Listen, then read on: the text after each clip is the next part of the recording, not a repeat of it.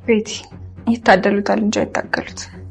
ከናቲ ጋር ለመጠጋጋት አትሞክሪ፣ አትመጣጣሉ። እባክሽ ትተኛለሽ? አቤት ምን አልሽ? እኔን ተይኝ፣ የምትፈልጊውን እሱን ጠይቂ። ኧረ እባክሽ ቆይ፣ እሱ ነው አይዞሽ ያለሽ? ማንንም አይዞሽ አላለኝ። ሰሚኛለሽ?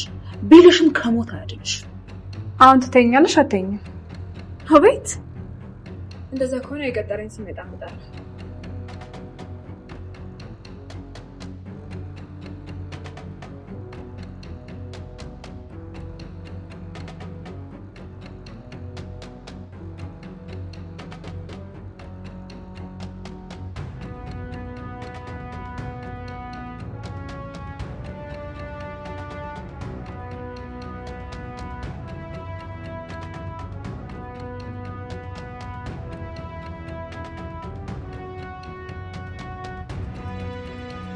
ሄሎ ናቲ፣ እዛው ነህ?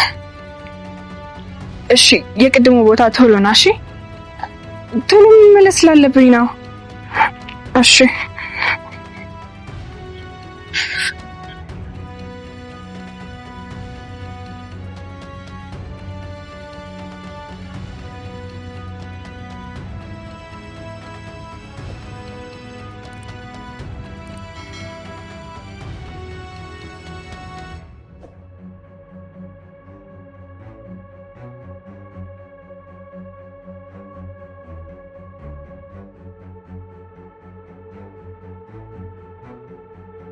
ትሁት ምንድን ነው?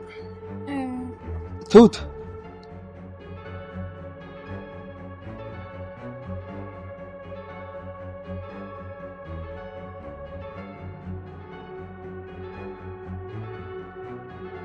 ናቲ እባክህ አደራ። ግን ምንድን ነው? ለምን አትነግሪኝ? እናቴ ምን? እናትህ አልሞተችም።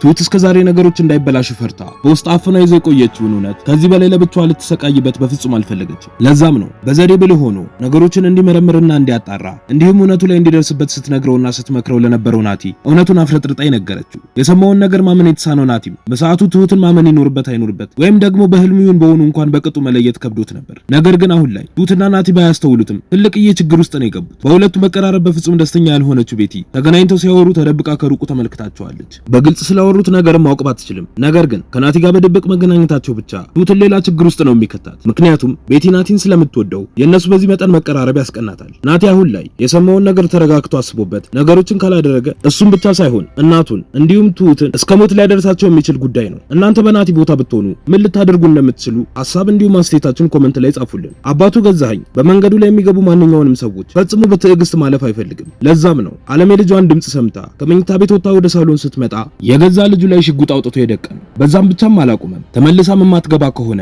ግንባሩን ብሎ እንደሚደፋ አስፈራርቷት ዓለምን ወደ መኝታ ክፍል ይመለሳል። በሰዓቱ ናቲ ጀርባውን ሰጥቶ ስለነበር እናቱ መኖሯን በጭራሽ መመልከት አልቻለም ነበር። በተናገረውም ነገር ግራ ተጋብቶ ምንድነው የሚያስቀባጥረ ብሎ ቢጠይቀውም ገዛኸኝ ግን ወደ ትሁት ጋር ዘወር ብሎ ግቢ አንቺ ከሷ ጋር ፍቅር እንደጀመርክ ሰምቻለሁ፣ ገንዘቡንም ለእናተ ሳይሆን ለማንም ልታውለው ነው የፈለከው ብሎ ለማስቀየስ ሲሞክር ናቲም ቆይ ግን ምንድነው እያልክ ያለው? ሽጉጥ ይዘህ ለምንድን ነው የምትጃጃለው? ተኩሰህ ለምን አገለኝ? ተኩስብኝ ብሎ ሲለው በመሐለም ቤቲ ገብታ ነገሩን እንዲያበርዱት እንዲተውት ባሏን ለማመጠውና ታስማማዋለች። እሱም ደግሞ ሊያየው እንደማይፈልግና እንድታሰጠው ነግሯት ጥሏቸው ይሄዳል። ቤቲም እንደምንም አስማምታው የሚፈልገውን ያክል ብር እንደሚሰጡትም ቃል ገብታለት ትሸኘዋለች። በዛን ሰዓትም ዓለም ባየችው ነገር ግራ ተጋብታ ከራሷ ጋር እያወራች ነበር። ቆይ ግን ምንድነው ያየሁት? ትሁት የት ነው ያለሽው? አብጄ ነው እንዴ? ግን ደግሞ እንዳላበድኩ ትሁት አሳይታኛለች። ቆይ ምንድነው ያየሁት ብላ ስቅስቅ እያለች ታለቅሳለች። ናቲን እንደምንም ብላ አስወጥታ የሸኘችው ቤቲም ወደ መኝታ ቤታቸው ትገባና ከገዛኸኝ ጋር ማውራት ይጀምራሉ። እሱም ቀጥሎ ከፊታችን ከባድ የሆነ ጊዜ እየመጣ እንዳለ ይታየኛል። በዚህ ጊዜ ነው ከኔ ጋር ያለሽን አብሮነት የምታሳይ ብሎ ሲላት ቤቲም አብሬማ ሆኜ እኮ ነው እንደምንም አሳምኜ ከቤት ያስወጣሁት ገንዘብ እንደምንሰጠው ቃል ገብቼለታለሁ ብላ ስትለው ገዛኸኝም ቆይ ለምን እንደዛ አልሽው? ማን ፈቅዶልሽ ብሎ ሲላት እሷም እንግዲህ ካልፈቀድክ ምርጫው ያንተ ነው ገዜ አስብ እንጂ ዓለም ልጇን አይተዋለች። ትሁትም ሚስጥራችንን ደርሳበታለች። አንዱን ስናስተካከል አንዱ እንዳያመልጠን፣ ካልሆነ ደግሞ በቃ እኔ ወደ እናቴ ቤት መሄድ እፈልጋለሁ ብላ ስትለው ገዛኸኝም ወዴትም አትሄጂ አሁን በቃ ተይኝ ይላትና ከመኝታ ክፍል ወጥቶ ወደ ዓለም ጋር ይሄዳል። ወደ ውስጥ ሲገባም የበር መከፈት ድምጽ የሰማችው ትሁት ወደ በሩ ጠጋ ብላ ተለጥፋ ማዳመጥ ትጀምራለች። ገዛኸኝም ምን አባሽ ልታረጊ ነው የወጣሽው ብሎ ሲጠይቃት አለምም እግሩ ላይ ድፍት ትልና ይቅርታ ድምጽ ሰምቼ ነው ብላ ትለዋለች። ገዛኸኝም ቀጥሎ ድምጽሽን አጥፍተሽ አርፈሽ ማትቀመጪ ከሆነ ከባድ ጸጸት ውስጥ ነው የምትገቢው። ለመጨረሻ ጊዜ ነው ማስጠነቀቅሽ፣ አርፈሽ ተቀመጪ ብሏት ይወጣል። የእግሩን ኮቴ የሰማችው ትሁትም ቀደም ብላ በፍጥነት ወደ መኝታ ክፍሏ ትገባለች። እሱም ወደ መኝታ ቤቱ ሲገባ በጭንቀት እንቅልፍ መተኛት ያልቻለችው ቤቲ ተቀምጣ ነበር። ቀጥላ ገዜ ቆይ የምልህን ለምን አትሰማኝም? ሰላማችንን መጠበቅ መቻል አለብን። ለናቲ ገንዘቡን ሰጥተን ነገሮችን ማስተካከል መቻል አለብን። ትሁትን ደግሞ በቃ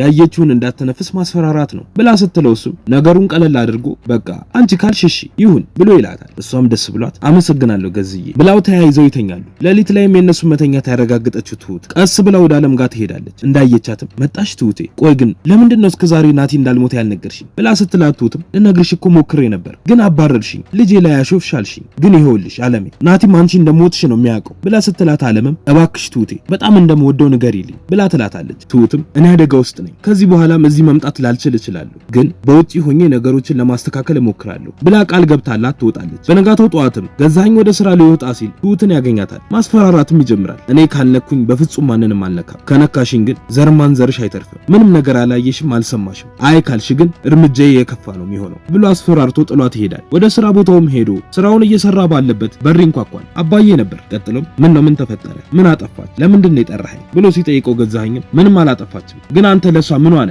እኔ ቤት ውስጥ ሰው ሲሰራ ሁሉም ነገር አስተማማኝ እንዲሆን እፈልጋለሁ ብሎ ሲለው አባዬም እኔ አጎታ ነኝ፣ አሁን የፈለግከውን ጉዳይ ንገረኝና ወደ መጣሁበት ልሂድ ብሎ ሲለው ገዛኸኝም እሺ በቃ አሁን እኔ ትክክለኛ ተያዥ እፈልጋለሁ፣ ማለቴ በጣም ቅርብ ቤተሰብ እናት ወይም አባት ብሎ ሲለው አባዬም ተናዶ ስታስበው አንተ እናት ወይም አባቱ ከተማ ተቀምጦ በሰራተኝነት የሚሰራ ሰው አለ? በቃ እኔ ያለው የምትፈልገው ነገር ካለ አጎቷ ነኝ፣ ለማንኛውም ልሂድ ብሎ ጥሎት ይሄዳል። እንደወጣም ለትሁት ደውሎ ገዛኸኝ ያለውንና ያወሩትን ይነግራታል። ትሁትም ቀጥላ እዚህ ቤት ውስጥ ራሱ የተፈጠረ ብዙ ጉድ እንዳለ ስታገኘው እንደምትነግረው ትነግረዋለች። በዛን ሰዓት ትሁት ያላስተዋለችው ነገር ቤቲ በሩ ስር ተለጥፋ እየሰማቻት እንደነበረ ነው። ከክፍሏ ስትወጣም ከማን ጋር ነው ስልክ ስታወሪ የነበረው? እስቲ ስልክሽን አምጪ፣ ጉድ ምናምን ስትይ ሰማው ልበል፣ ሚስጥር እያወጣሽ እንዳይሆን ብላ ስትላት ትሁትም ቤቲ እየሰማሽኝ ከሆነ ምንም ያወጣሁት ሚስጥር የለም፣ አሁን ግን ምሳ ልስራ ብላ ጥላት ትሄዳለች። ከሰዓታት ቆይታ በኋላም በር ሲንኳኳ ትሁት ትከፍታለች። ናቲ ነበር። እሱም ቀጥሎ ይቅርታ ትሁት አስጨነቅኩሽ አይደለ ብሎ ሲላት ትሁትም ይኸውልህ ናቲ የምነግርህ ከባድ ሚስጥር አለ፣ እሱ ደግሞ አንተንም ይጠቅምሃል፣ እስከዛው ግን ነገሮችን እንዳታበላሽ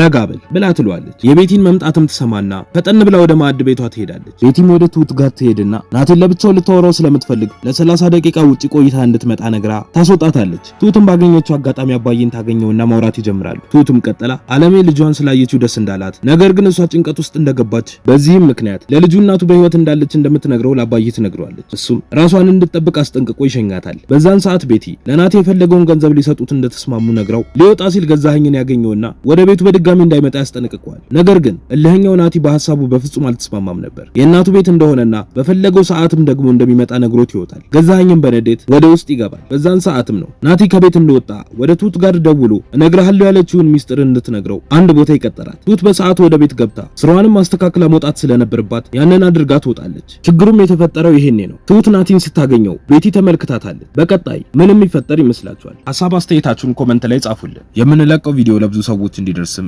ላይክ እንዲሁም ሼር ማድረግ አትርሱ። የምንለቃቸው ቪዲዮዎችን በፍጥነት እንዲደርሳችሁ የደወል ምልክቱን መጫን አትርሱ። በቀጣይ በሌላ ክፍል እስክንገናኝ እስከዛው በሰላም ቆዩ።